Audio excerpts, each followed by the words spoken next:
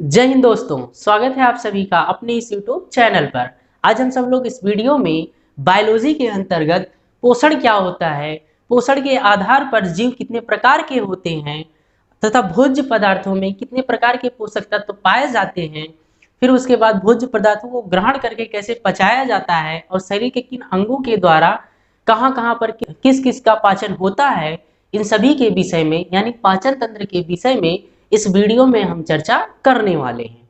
ठीक है, तो आइए एक एक करके आगे हम लोग बढ़ते हैं। ठीक है, तो सबसे पहले क्या देखेंगे, हम लोग देखेंगे पोषण किसे कहा जाता है। तो पोषण के लिए हम लोग पोषण की परिभाषा कह सकते हैं, वह प्रक्रिया जिसके द्वारा कोई जीव अपने भोज्य पदार्थों का या तो स्वयं निर्माण कर रहा हो या उसको किसी के द्वारा ग्रहण कर रहा हो, उसे क्या कहते हैं, पोषण कहा जाता है। ठीक है, यानी वह प्रक्रिया जिसके द्वारा कोई जीव भोज्य पदार्थों का या तो ग्रहण कर रहा हो या उसका निर्माण कर रहा हो, उसे ही क्या कहा जाता है, पोषण कहा जाता है। ठीक है, अब आइए देखते हैं पोषण के आधार पर कितने प्रकार के जीव होते हैं। तो यहाँ कितने प्रकार के जीव हो जाएंगे, दो प्रकार के जीव होंगे। कौन कौन से जीव होंगे, यहाँ सबसे पहला जीव हो जाएगा जिसे कहते हैं जो स्वयं का भोजन का निर्माण करता है, उसे स्वपोषी कहा जाता है। तथा जो दूसरे के द्वारा भोजन ग्रहण करता है यानी दूसरे से लेकर ग्रहण करता है, उन्हें परपोषी जीव कहा जाता है। तथा जो स्वयं को भोजन को बना लेते हैं और ग्रहण कर लेते हैं, उन्हें क्या कहा जाता है, स्वपोषण कहा जाता है। ठीक है, तथा जो दूसरे पर आश्रित होकर दूसरे से भोजन लेकर ग्रहण करते हैं, यह जो प्रक्रिया होता है उसे परपोषण कहा जाता है। समस्त जो पादप जीव होते हैं, समस्त पादप जीव क्या कहलाते हैं, स्वपोषी जीव कहलाते हैं।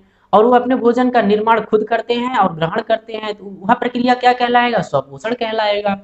जो जीवधारी होते हैं यानी जीव होते हैं, जंतुओं में आते हैं, जंतु में मानव जगत हो गया, जंतु जगत हो गया, ये सब क्या करते हैं, तो ये सब लोग पेड़ पौधे या किसी अन्य जंतु के द्वारा अपने भोजन का ग्रहण करते हैं। तो यह जो प्रक्रिया होता है इसे परपोषण कहा जाता है और ऐसे जीव को परपोषी कहा जाता है। समझ में आया। कोई भी जीव या जंतु जो भोज्य पदार्थ को ग्रहण करता है उसमें 6 प्रकार के पोषक तत्व पाए जाते हैं। अब कौन कौन से पोषक तत्व होते हैं और उनका काम क्या है, आइए हम यहाँ पर समझ लेते हैं। तो 6 प्रकार के पोषक तत्व पाए जाते हैं। कौन कौन से होते हैं, तो नंबर 1 हो जाएगा कार्बोहाइड्रेट।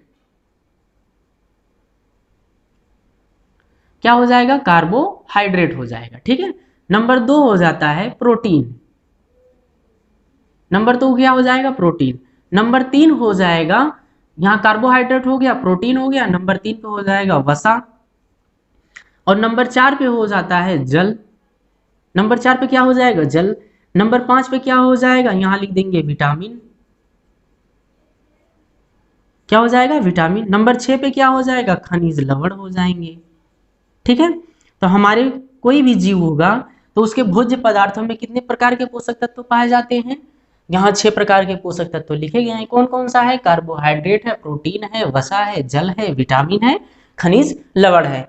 इनमें से ये जो 3 ऊपर दिख रहे हैं, ये तीनों क्या करते हैं, तो मानव जीवन या किसी भी जंतु के शरीर को ऊर्जा प्रदान करते हैं।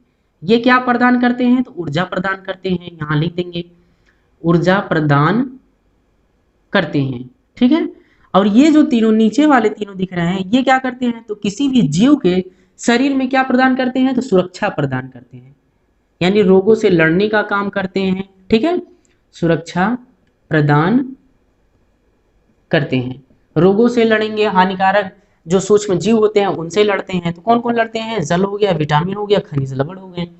तो पोषक तत्व कितने हो गए, 6 हो गए, कार्बोहाइड्रेट, प्रोटीन, वसा, जल, विटामिन, खनिज लवण।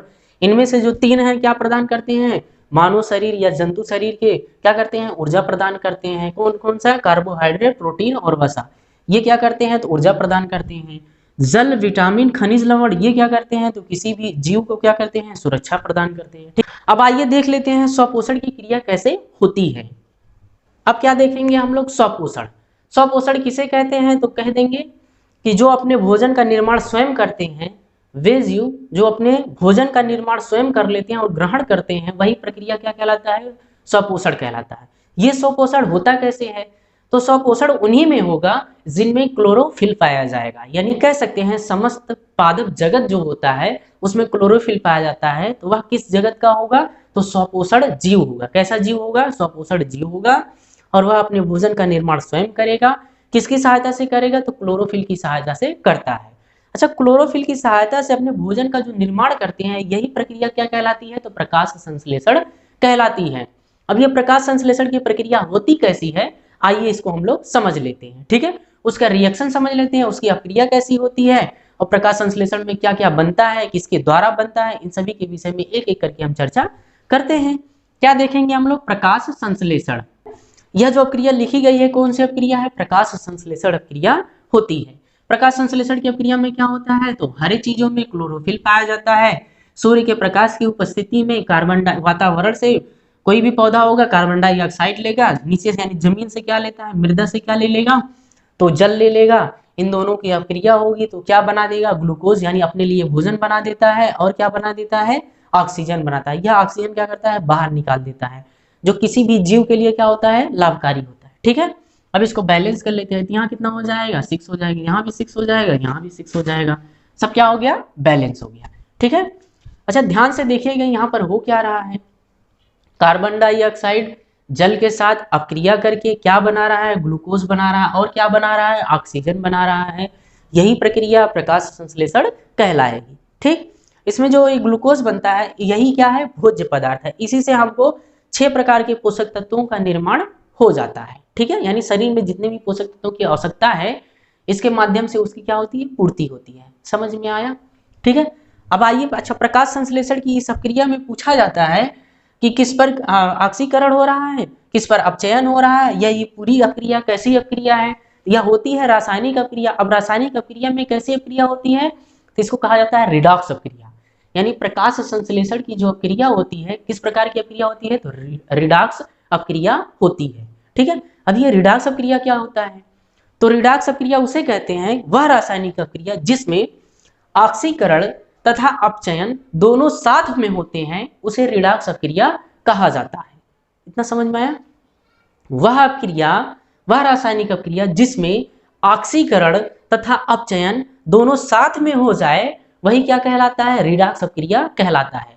तो यहाँ पर ये जो अक्रिया लिखी गई है, इसमें ऑक्सीकरण तथा अपचयन दोनों साथ में होता है, इसलिए ये जो रासायनिक अक्रिया है, कौन सी अक्रिया कहलाएगी? रिडॉक्स अक्रिया कहलाएगी। यानी प्रकाश संश्लेषण की अक्रिया होती कैसी है? तो यहाँ लिख देंगे रिडॉक्स रिएक्शन होता है। कैसा रिएक्शन होता है? रिडॉक्स। अब इस रिडॉक्स अक्रिया में किस पर ऑक्सीकरण होता है, किस पर अपचयन होता है, ये कंपटीशन के एग्जाम में पूछा जाता है, और खैर हमारे बोर्ड के लिए इंपॉर्टेंट तो है ये। ठीक है, अच्छा ऑक्सीकरण क्या होता है? यानी ऑक्सीडेशन कहते हैं, इंग्लिश में क्या कहते हैं? ऑक्सीडेशन। और इसको अपचयन को इंग्लिश में क्या कहते हैं? तो रिडक्शन कहते हैं। क्या कहते हैं? रिडक्शन। अब ऑक्सीडेशन कब होता है, रिडक्शन कब होता है, एक एक करके चर्चा यहाँ पर कर लेते हैं, फिर यहाँ पर देख लेते हैं किस पर ऑक्सीकरण हो रहा है, किस पर अपचयन हो रहा है। पहले इसको समझ लेते हैं। ठीक है, ऑक्सीडेशन का मतलब क्या हो गया? ऑक्सीकरण अक्रिया क्या होता है? किसी भी रासायनिक अक्रिया में अगर ऑक्सीजन जुड़ रहा हो या जिस तत्व से जुड़ रहा हो, उस पर क्या होगा? ऑक्सीकरण होगा। किसी भी रासायनिक अक्रिया में जिस तत्व पर ऑक्सीजन जुड़ता है, या उस पूरी रासायनिक अक्रिया में ऑक्सीजन अगर जुड़ रहा है, तो उसी को क्या कह देंगे? ऑक्सीकरण हो रहा है। समझ में आया? एक और भी परिभाषा होती है, यदि किसी रासायनिक अक्रिया में हाइड्रोजन निकल रहा हो या किसी तत्व से निकल रहा हो, तो उस तत्व या उस अक्रिया को क्या कह देंगे? ऑक्सीकरण अक्रिया कह देंगे। ठीक है, यानी उस तत्व पर क्या होगा? ऑक्सीकरण होगा। इसका मतलब क्या है? हाइड्रोजन वहां से निकलना चाहिए। यानी हाइड्रोजन अगर किसी तत्व से निकल रहा है, तो उस तत्व पर क्या हो रहा है? ऑक्सीकरण हो रहा है। अगर किसी रासायनिक अक्रिया में हाइड्रोजन निकल रहा है, तो क्या हो रहा है? ऑक्सीकरण हो रहा है। ऐसे ही कह देंगे, यदि किसी तत्व पर, किसी रासायनिक अक्रिया में किसी तत्व से ऑक्सीजन जुड़ रहा हो या पूरी रासायनिक अक्रिया में ऑक्सीजन जुड़ रहा हो, तो वहां पर क्या हो रहा है? ऑक्सीकरण हो रहा है। ठीक है, अब इसको देख लेते हैं, अपचयन किसे कहते हैं, यानी रिडक्शन किसे कहा जाता है?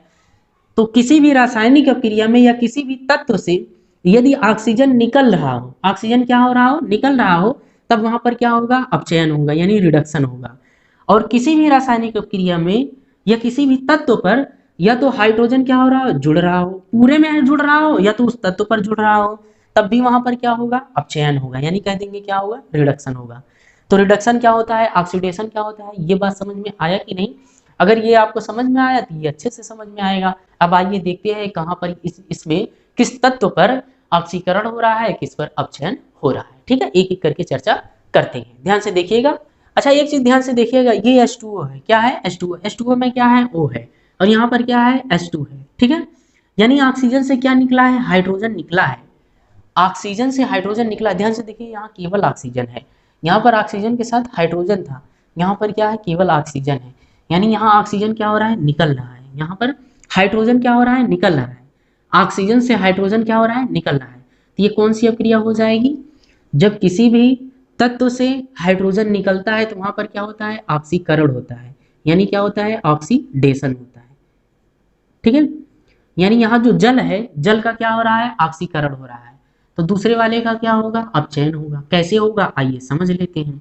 यहाँ पर ध्यान से देखिएगा, कार्बन के साथ यहाँ ऑक्सीजन, इसमें हाइड्रोजन नहीं दिख रहा है ना, लेकिन यहाँ कार्बन के साथ क्या दिख रहा है हाइड्रोजन दिख रहा है। देखिए यहाँ पर कार्बन के साथ हाइड्रोजन है कि नहीं है, यानी इसका मतलब है कार्बन से कौन सा तत्व जुड़ा है, यहाँ पर हाइड्रोजन जुड़ा है, ठीक है।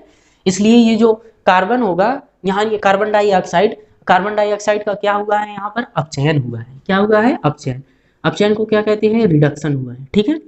यहाँ ऑक्सीकरण भी होगा, ऑक्सीकरण किस पर हुआ है, तो प्रश्न पूछा जाता है कि प्रकाश संश्लेषण की अपक्रिया में किस तत्व पर ऑक्सीकरण हो रहा है तथा किस तत्व पर अपचयन हो रहा है। तो क्या कहेंगे, प्रकाश संश्लेषण की अपक्रिया में जल पर क्या हो रहा है, जल का क्या होता है तो ऑक्सीकरण होता है, कार्बन डाइऑक्साइड का क्या होता है तो अपचयन होता है। समझ में आया, ये दोनों अपक्रियाएं साथ में हो रही हैं, इसलिए पूरी अपक्रिया क्या कहलाएगी रिडक्शन अपक्रिया कहलाएगी, ठीक।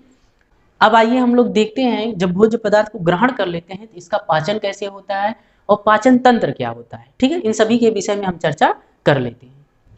पाचन किसे कहेंगे, तो कह देंगे पाचन की प्रक्रिया वह प्रक्रिया होती है जिसमें जब भोज्य पदार्थों को ग्रहण किया जाता है तो उसमें से पोषक तत्वों को निकाल कर तथा अपशिष्ट को बाहर त्याग करने की ये जो संपूर्ण प्रक्रिया हो जाएगी वही पाचन कहलाता है। तो पाचन किसे कहेंगे, कहेंगे भोज्य पदार्थों को ग्रहण करके उससे पोषक तत्वों को अलग करके अपशिष्ट को त्यागना, यह संपूर्ण प्रक्रिया ही पाचन कहलाती है, ठीक है।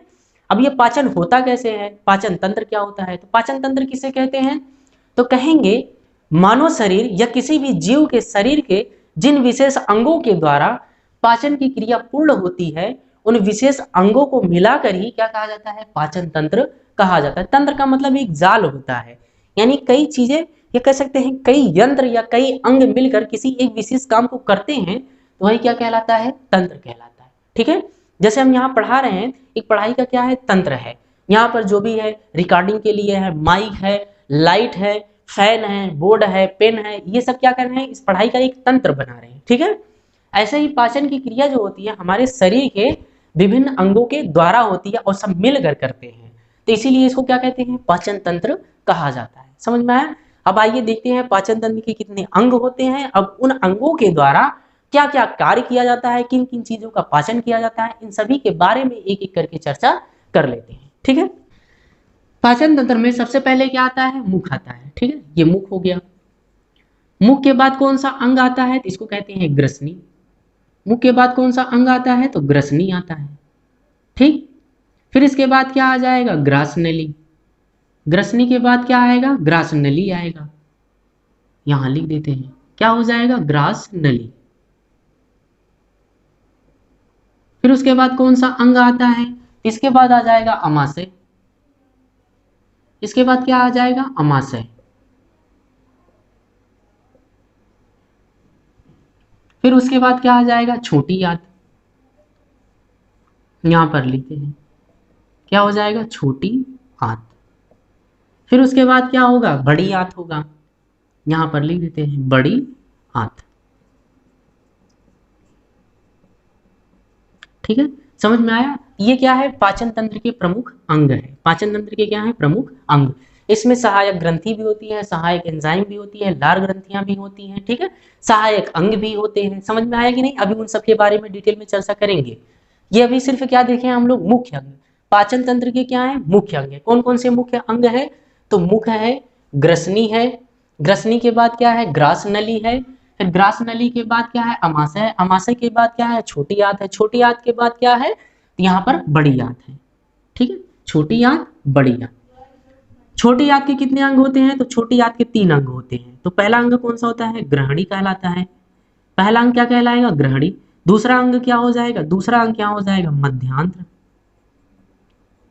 तीसरा अंग क्या होता है, तो इसको शेषांत्र कहते हैं, इसको क्या कहेंगे, शेषांत्र। अच्छा, छोटी आंत के कितने भी अंग होते हैं, 3 अंग होते हैं। कौन कौन से होते हैं, ग्राणी होता है, मध्यांत्र होता है और शेषांत होता है। ठीक है, ऐसे बड़ी आंत के कितने अंग होते हैं, तो बड़ी आंत के भी 3 अंग होते हैं। पहले को कहा जाता है सीकम, दूसरे को कहते हैं बृहदांत। ठीक है, क्या हो गया, बृहदांत। तीसरा क्या हो जाएगा, तीसरा हो जाएगा मलाशय। तीसरा यहां पर क्या है, मलाशय है। ठीक, इतना समझ में आया। मुख हो गया, ग्रसनी हो गया, ग्रासनली हो गया, अमाशय हो गया, छोटी आंत हो गई, बड़ी आंत हो गई। छोटी आंत के 3 प्रमुख अंग हैं, कौन कौन से हैं, ग्राणी है, मध्यांत है, शेषांत्र है। बड़ी आंत के कितने हैं, सीकम है, बृहदांत है, मलाशय है। समझ में आया।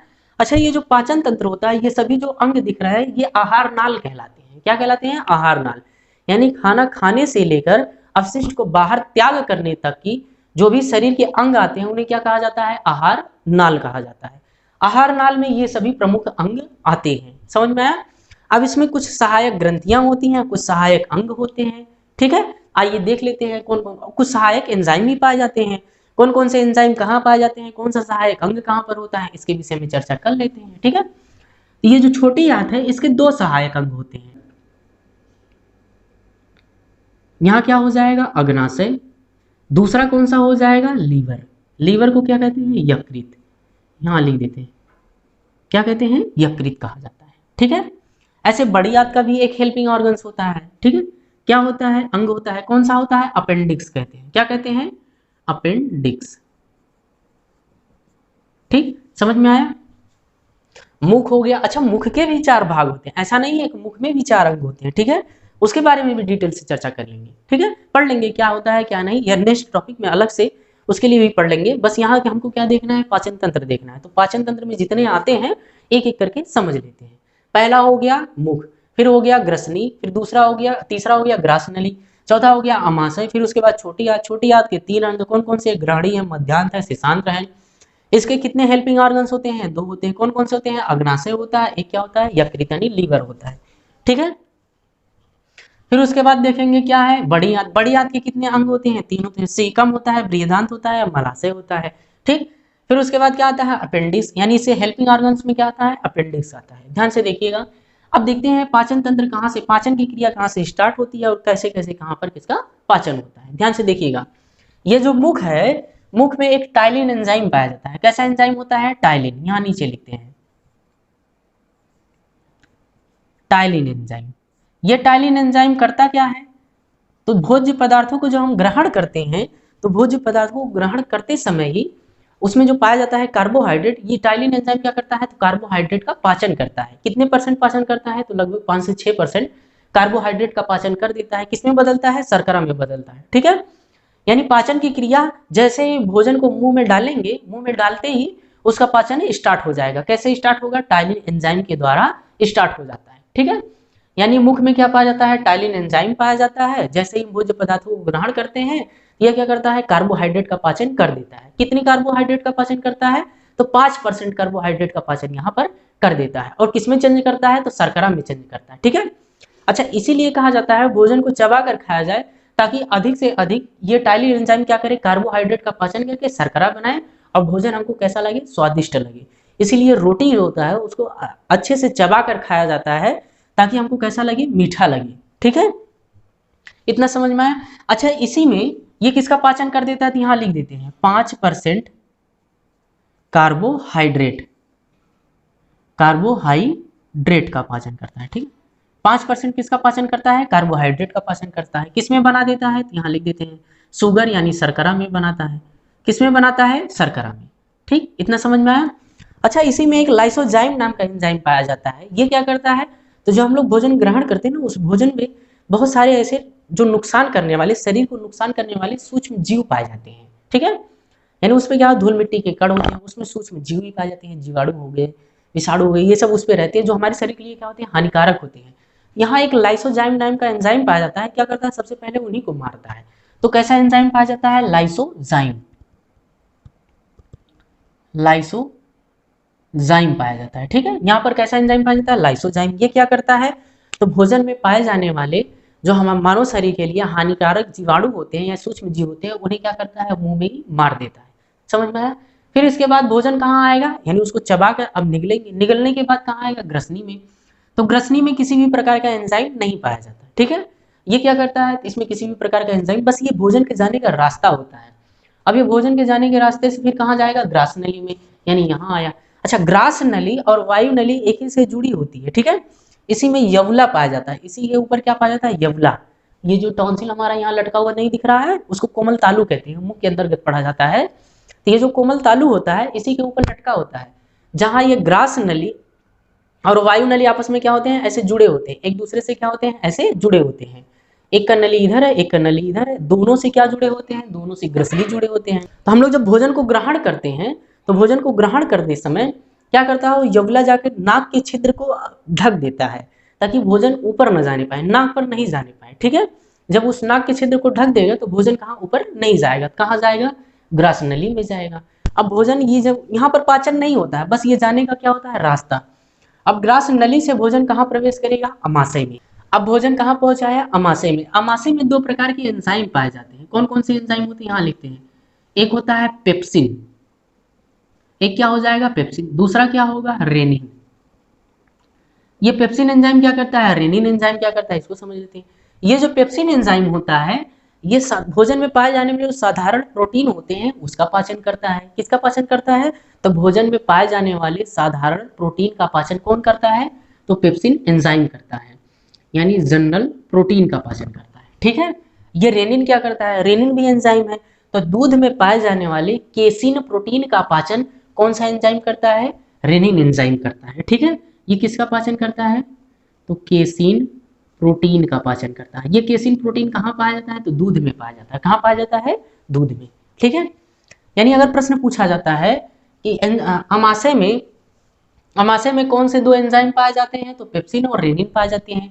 पेप्सिन क्या करता है, तो जनरल, यानी कह सकते हैं जनरल प्रोटीन, यानी सामान्य से प्रोटीन जो होते हैं उन सभी का पाचन कौन करता है, पेप्सिन करता है। रेनिन क्या करता है, तो दूध जब खाते हैं तो दूध में पाए जाने वाले केसिन प्रोटीन का पाचन कौन करता है, रेनिन करता है, ठीक है। यहाँ से प्रश्न भी बनता है कि अमाशय में सर्वाधिक, अच्छा पूछा जाता है पाचन तंत्र का वह कौन सा अंग है जिसमें सर्वाधिक प्रोटीन का पाचन होता है, तो सर्वाधिक प्रोटीन का पाचन कहाँ पर होगा, अमाशय में होगा। कहाँ पर होगा, अमाशय में। यहाँ लिख देते हैं सर्वाधिक प्रोटीन का पाचन, सर्वाधिक प्रोटीन पाचन। अच्छा, प्रोटीन का लगभग कितना पाचन हो जाता है, तो यहाँ पर 70% प्रोटीन का पाचन हो जाता है। लगभग 70 से 75% प्रोटीन का पाचन कहाँ पर हो जाता है, अमाशय में ही हो जाता है। क्यों हो जाता है, क्योंकि यहाँ पर हर प्रकार के क्या पाए जाते हैं, एंजाइम पाए जाते हैं। कौन कौन सा होता है, पेप्सिन होता है जो सामान्य से प्रोटीन का पाचन करता है, रेनिन होता है जो दूध में पाए जाने वाले केसिन प्रोटीन का पाचन करता है, ठीक है। तो यहीं पर लगभग प्रोटीन का पाचन हो जाता है। और यहाँ पर पहुंचते पहुंचते जो भोजन होता है ये मड के रूप में हो जाता है, यानी पेस्ट हो जाता है। और कैसा हो जाता है, यहाँ पर अम्लीय हो जाता है, उसमें HCl मिल जाता है, ठीक है। अब HCl युक्त जो पेस्ट है, यानी भोजन का जो पेस्ट है कहाँ पर आता है, छोटी आंत में आता है। कहाँ पर आता है, छोटी आंत में आता है। तो छोटी आंत में क्या क्या पाए जाते हैं, अग्नाशय पाया जाता है, और क्या पाया जाता है, लीवर यानी यकृत पाया जाता है, ठीक है। अग्नाशय से क्या निकलता है, तो अग्नाशयी रस निकलता है। क्या निकलता है, अग्नाशयी रस। ये अग्नाशयी रस में हर प्रकार के भोजन को पचाने का क्या होता है, एंजाइम पाए जाते हैं, यानी इसमें हर प्रकार के भोजन के पचाने का गुण होता है। किसमें होता है, अग्नाशयी रस में होता है, ठीक है। और यहाँ लीवर पाया जाता है। लीवर से क्या निकलता है, तो पित्त रस बनता है। क्या बनता है, पित्त रस। अच्छा, पित्त रस बनता कहाँ है, तो लीवर में बनता है, लेकिन एकत्रित कहाँ होता है, संग्रह कहाँ होता है, तो पित्ताशय में होता है, ठीक है। इस प्रश्न को याद रखिएगा, पूछा जाता है एग्जाम में कि जो पित्त रस है, ये पित्त रस बनता कहाँ है, कहाँ बनता है, लीवर यकृत में बनता है, ठीक है। कहाँ बनता है, लीवर यकृत में बनता है। और इसका संग्रह कहाँ पर होता है, तो पित्ताशय में होता है। अब ये दोनों आते हैं यहाँ पर। अच्छा, आने के बाद क्या करते हैं, जो अम्लीय वाला अम्लीय पेस्ट था उसको कैसा कर देते हैं, तो उसको न्यूट्रल कर देते हैं, यानी HCl को खत्म कर देते हैं, न्यूट्रल कर देते हैं। और यहाँ कैसा हो जाता है, उदासीन पेस्ट हो जाता है या हल्का क्षारीय पेस्ट हो जाता है, ठीक है। और ये अग्नाशयी रस में हर प्रकार के भोजन का पचाने का गुण पाया जाता है, इसलिए यहाँ पर सर्वाधिक क्या होता है, भोजन का पाचन हो जाता है। तो ग्राणी, मध्यांत और शेषांत, यहाँ तक शेषांत तक पहुंचते पहुंचते क्या हो जाता है। अच्छा, अगर पूछा जाएगा छोटी आंत के किस अंग में सर्वाधिक भोजन का पाचन होता है, तो ग्रहणी में होता है। किस में होता है, ग्रहणी में। यहाँ क्या होता है, सर्वाधिक भोजन का पाचन,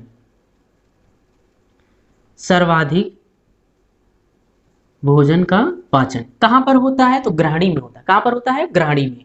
फिर उसके बाद मध्यांत में आता है और कहाँ आ जाता है, शेषांत्र में आ जाता है। शाकाहारी जो जीव होते हैं उनका पाचन तो यहाँ पर पूर्ण होता है, बट यानी हरी चीजें जो खाने वाली हैं उनका भोजन का पाचन यहाँ पर पूर्ण होता है। बट अगर पूछा जाता है मानव में भोजन का पाचन कहाँ पर पूर्ण हो जाता है, तो शेषांत्र में पूर्ण हो जाता है। ठीक है, तो देखेंगे यहाँ से कैसा आया था, अम्लीय पेस्ट आया था। कहाँ पर आया था, छोटी आंत में। छोटी आंत में पहुंचने के बाद ये कैसा हो गया, उसकी जो अम्लीयता थी समाप्त होकर हल्का क्षारीय हो गया। किसके द्वारा हो गया, अग्नाशयी रस और पित्ताशय के द्वारा हो गया। ठीक है, अब अग्नाशयी रस में हर प्रकार के भोजन का पचाने का एंजाइम पाया जाता है, हर प्रकार के भोजन को पचा सकता है। तो ये ग्रहणी में पहुंचते पहुंचते यहाँ पर क्या होता है, सर्वाधिक भोजन का पाचन हो जाता है। फिर उसके बाद मध्यांत और शेषांत्र की जो नलिकाएं होती हैं, उनकी जो दीवारें होती हैं, उनमें उंगली नुमा क्या होती है, संरचनाएं होती है। ऐसी उनमें क्या बनी रहेगी, संरचनाएं बनी रहेंगी। अब ये जो उंगली नुमा संरचनाएं होती है, ये बिलाई कहा जाता है। ठीक है, इन्हें क्या कहते हैं, बिलाई। याद रखिए क्या कहते हैं, बिलाई। तो बिलाई कहाँ पाया जाता है, मध्यांत और शेषांत्र में पाया जाता है। ठीक है, अब ये क्या करेंगे, तो सर्वाधिक भोजन में जब पाचन हो गया, अब उस भोजन में जो पोषक तत्व हैं, जो भोजन में क्या है, पोषक तत्व हैं, इन पोषक तत्वों को ये ग्रहण करेंगे। किसके माध्यम से ग्रहण करते हैं, बिलाई के माध्यम से क्या करते हैं, भोजन से पोषक तत्वों को ग्रहण करके क्या करते हैं, उसको ब्लड में मिलाने का कार्य करते हैं। यानी कहाँ पर होता है, अच्छा, यह प्रक्रिया स्वांगीकरण कहलाती है।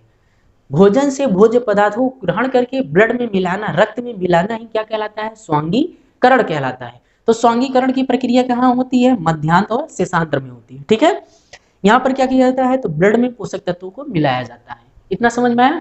अगर पूछा जाएगा मानव में भोजन का पाचन कहाँ पर पूर्ण हो जाता है, शेषांत्र में। कहाँ से स्टार्ट होता है, तो मुंह से स्टार्ट हो जाता है। ठीक है, यानी मुख से स्टार्ट हो जाएगा और कहाँ पर पूर्ण हो जाएगा, शेषांत्र में। इतना समझ में आया। फिर जैसे मान लेते हैं कोई शाकाहारी जीव है, ठीक है, जो हरी चीजों को खाता है, तो हरी चीजों को पचाने के लिए यहाँ पर कुछ ऐसा एंजाइम नहीं है, क्योंकि हरी चीजों में क्या पाया जाता है, सेलुलोज पाया जाता है। तो सेलुलोज को पचाने के लिए कौन आता है, अपेंडिक्स आता है। अपेंडिक्स है किसके पास, बड़ी आंत के पास। तो भोजन का कहाँ पर आ जाता है, यहाँ पर आ जाएगा। कहाँ पर आ जाएगा, बड़ी आंत में। किसमें आ जाएगा, शाकाहारी जीवों में, यहाँ पर आ गया। अब इसी में क्या पाया जाता है, तो अपेंडिक्स पाया जाता है। अपेंडिक्स क्या करता है, तो सेलुलोज का पाचन करता है। तो जो मान लेते हैं गाय, बकरी, भैंस, ये सब चीजें जो होती हैं, ये क्या खाती है, घास फूस खाती हैं, हरी चीजें खाती हैं।